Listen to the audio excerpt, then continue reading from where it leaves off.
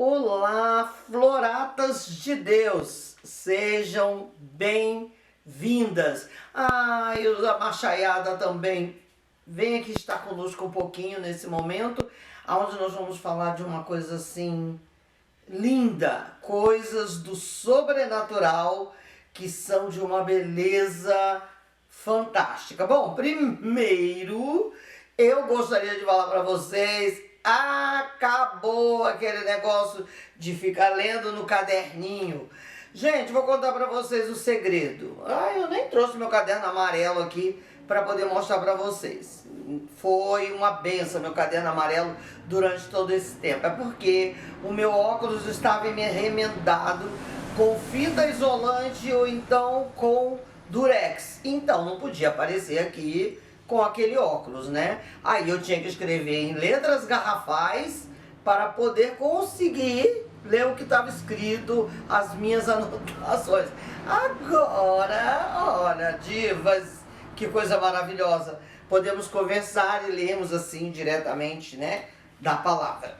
E hoje eu gostaria de compartilhar com vocês um momento assim muito marcante em toda a história da humanidade. Não é à toa que a morte de Jesus na cruz, a ressurreição de Jesus, tudo isso traz aquela divisão. O nascimento de Jesus, na realidade, né, traz aquela divisão do mundo, antes de Cristo, depois de Cristo. E eu gostaria de compartilhar com você hoje um momento assim muito chocante, né? Muito 100% homem daquele que também era 100% Deus, Jesus, no jardim do Getsemane, na noite em que ele foi traído e ele foi preso para passar por tudo aquilo que ele tinha passado. Vamos compartilhar um pouquinho? Olha só, o texto se encontra em Lucas, no capítulo 22, do versículo 39 ao 46. Como sempre, a gente vai estar fazendo nosso resumo. Como eu já falei, Jesus estava no jardim do Getsemane e ele estava... já sabia o que ia acontecer. O seu lado 100% Deus já sabia tudo o que ia acontecer. O seu lado 100% homem também sabia do que iria acontecer com ele. Por nascer num período onde Jerusalém, onde Israel estava sob o domínio de Roma, que era um império de uma crueldade terrível. E quando se falava em morte de cruz, era algo horrível de se imaginar. E ele sabia, ele cresceu vendo quantos e quantos sendo crucificados e sabia o quanto que aquilo ali era algo terrível. E o texto fala que ele chega no jardim do Getsemane com alguns dos seus discípulos e ele chama Pedro, agora eu esqueci quem era o outro, não sei se era João, quem mais, que ele chamou alguns para estar mais próximo. Ninguém estava bem, aquela noite havia um peso no ar tão grande que eles não conseguiam ficar acordados. Né? Os discípulos, eles tentavam, a Bíblia dá a entender isso mesmo, bem claramente, que eles não conseguiam ficar acordados, eles estavam tristes. E Jesus estava num nível de angústia tão grande que aconteceu algo assim que é muito raro, mas que realmente acontece. Ele suou sangue. Existe essa doença, esse mal que causa no corpo, ele recebe um nome que vem de uma palavra grega e é chamado pela ciência de hematidrose, ou de hematoidose, ou então de hemidrose, que na realidade quer dizer suor de sangue. Então, quando a pessoa ela chega num nível de um estresse, de uma angústia, de um sofrimento tão grande que estoura alguns vasos sanguíneos. É mais comum quando acontece isso, a pessoa chora lágrimas que vêm misturadas com sangue. há uma hemorragia.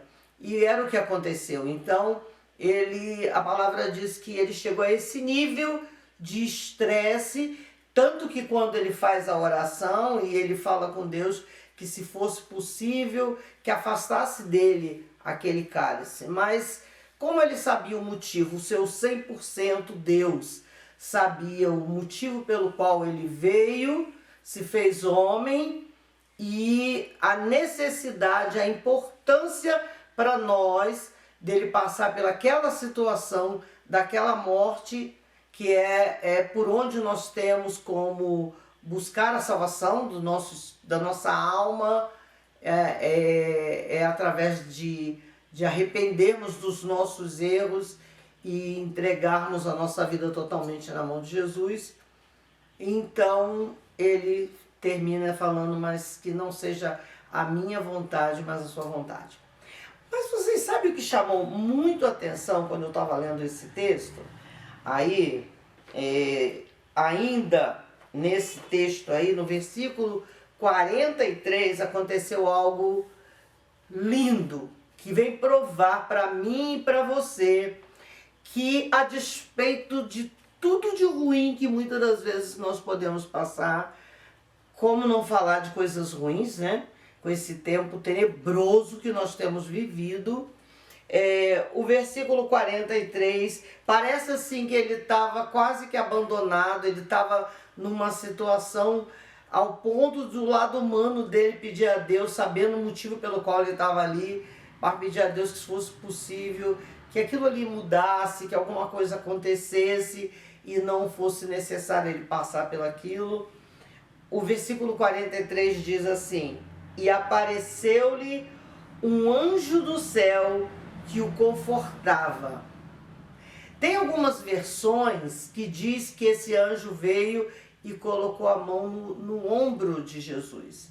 E aquele ato daquele anjo de colocar a mão sobre Jesus no ombro dele, trouxe para ele, o que essa versão fala, trouxe um conforto, né? Mais à frente nós vemos falar da questão do suor, que já é no versículo 44, e depois já vem a oração, quando ele fala, né, sobre a questão da possibilidade de ser, né, afastar dele tudo aquilo ali. E eu fiquei assim pensando, que coisa bonita, que amor é esse que o Senhor coloca algo para aliviar talvez tantas dores, tanto sofrimento, tanta angústia que temos vivido. Nós temos vivido dias muito maus. O tempo que temos vivido agora atualmente não é só para o Brasil, é para o mundo, é um tempo realmente de dias maus.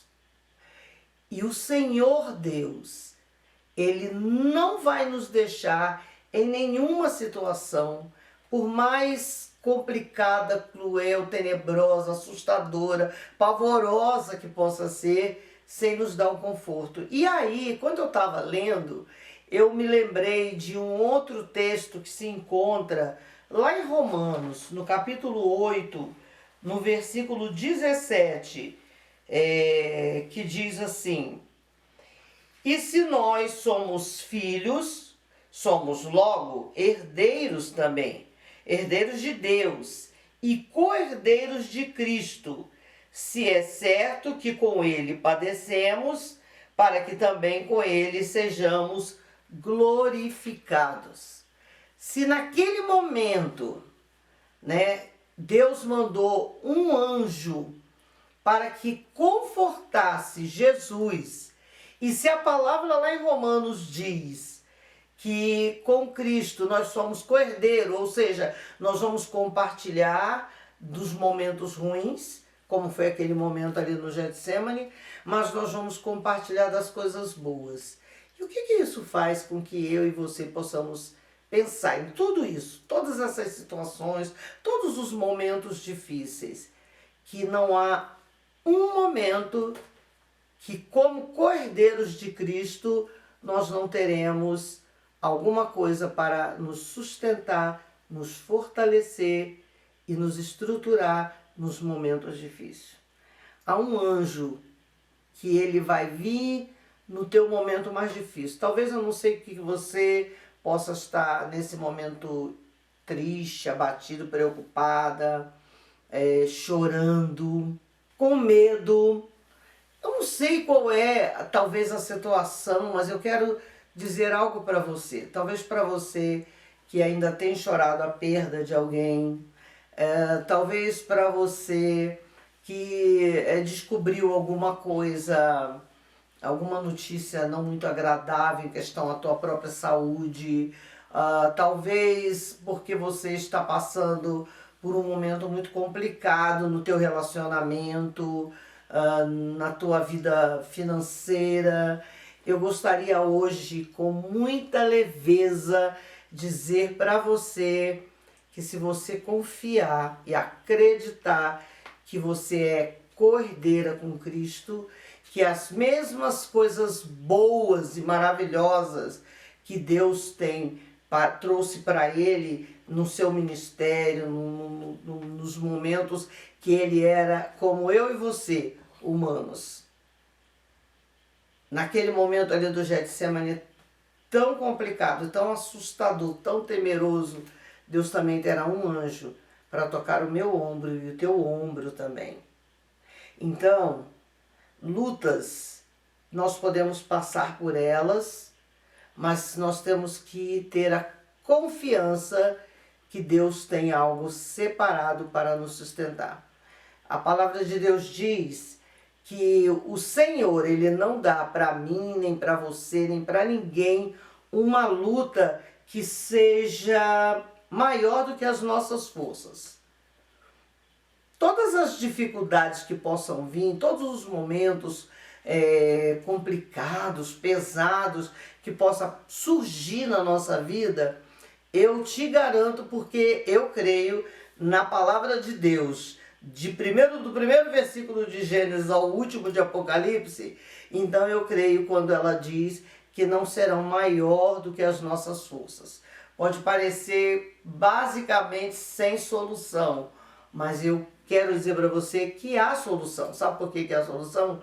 Porque a palavra de Deus diz que nenhuma luta que possamos passar será maior do que as nossas forças. Então isso me faz lembrar desse versículo 43 aqui de Lucas 22, que diz que nesses momentos há um anjo do Senhor que toca no nosso ombro, que nos conforta, que nos faz entendermos que podemos passar por aquilo ali e vencer. Minha amada, meu querido, hoje eu não sei qual é o teu momento, a tua luta, como esse canal, né? É um canal que fala de leveza. Eu entendo que em todas as guerras, em todos os momentos difíceis, doídos, sofridos, haverá um anjo do Senhor que estará trazendo conforto. E esse conforto não é para livrar de passar pela luta, porque ele não livrou. Ele poderia chegar lá, cheguei eu, o anjo, vou levar Jesus, vou tirar ele dessa situação. Não. Ele veio só para poder tocar e fazer com que ele entendesse que ele não estava só, nem abandonado por Deus. Então nem eu, nem você, em nenhum momento, por mais difícil que seja, nós não estamos abandonados aos olhos do Senhor. Então, seja forte, corajosa, corajoso. Acredite e compartilhe com Deus as tuas lutas. Mas eu nem sei direito como orar. Orar é conversar com o Senhor. Sabe assim, quando a gente está assim, batendo um papo, eu estou aqui falando, ou você vai e conversa com alguém, faça isso com o Senhor. Fala para Ele das tuas lutas. E se for mais assim, atrevidinho, atrevidinha, fala para Deus: Senhor, agora eu acho que eu preciso daquele anjo para tocar no meu ombro. Pode ter certeza que o Senhor estará dando um sopro suave no teu coração, na tua alma, para que o teu fardo, que naquele momento, ou nesse momento agora, atual, não sei, seja tão pesado, Ele vai trocar e vai te colocar um fardo suave, leve e muito mais tranquilo de carregar. Acredita nisso? Eu acredito. Então, para você, para vocês, para nós, um beijo do Espírito de Deus no nosso coração. Beijo no coração.